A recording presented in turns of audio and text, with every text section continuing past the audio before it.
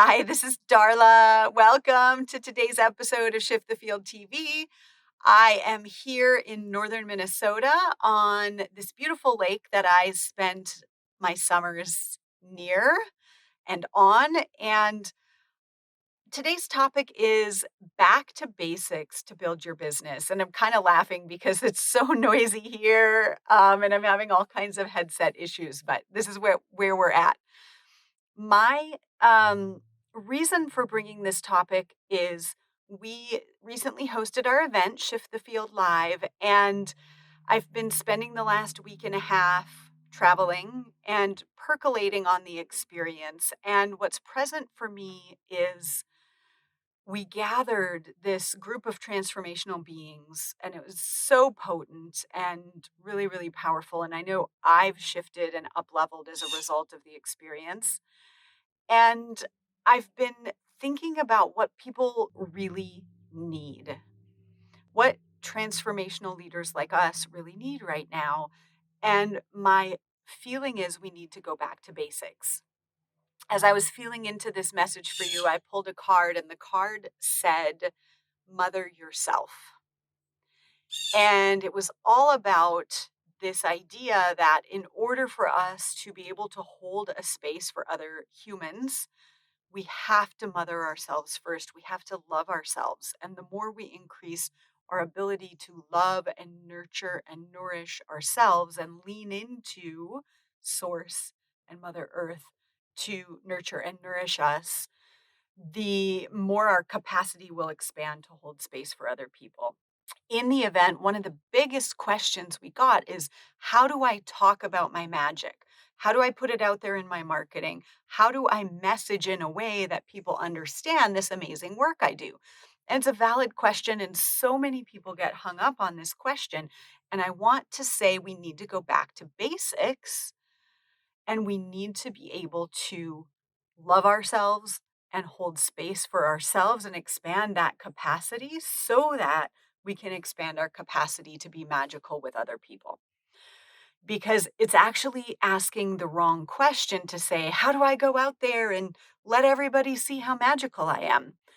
Because the truth is, if you did that, you'd be terrified and your nervous system wouldn't know how to handle it. We have to be able to be magical with ourselves and in our own lives first, to trust the humans closest to us, to understand and acknowledge and honor our magic. And in order to do that, we have to understand and honor and acknowledge it for ourselves. See, each of us who holds this gift that's kind of wanting to be activated at this time has a wounding around our magic. And if we don't learn to mother ourselves into being able to trust it and let it out in our closest relationships, we will never get to the place of being able to stand on a big stage and be fully magical. And the primary messaging we've gotten, that I've been in business 14 years, is put yourself out there, get over it, feel the fear and do it anyway. And yes, and I've done that many times and it had to happen, feel the fear and do it anyway. However, the idea that if I just had the right message, then I could go out on a big stage and be magical and everybody would see and feel and recognize me is actually hurting us, because you have to see and feel and recognize yourself first, period. And when you do, you'll be able to gradually expand the people where you feel safe to show your magic.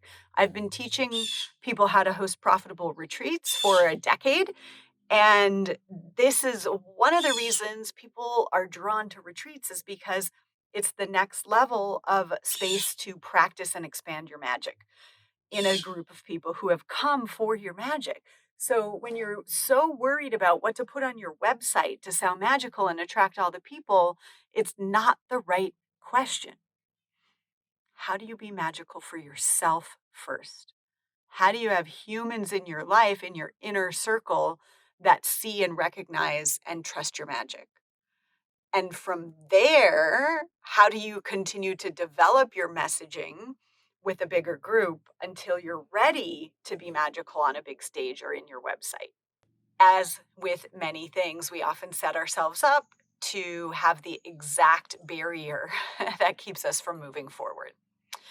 If you're leaning in, I invite you to join me next week for a webinar. You'll find it in the email this was attached to or below this video. And come play a little bit more with this conversation and the insights that I've been gathering from Shift the Field Live. I hope to see you there.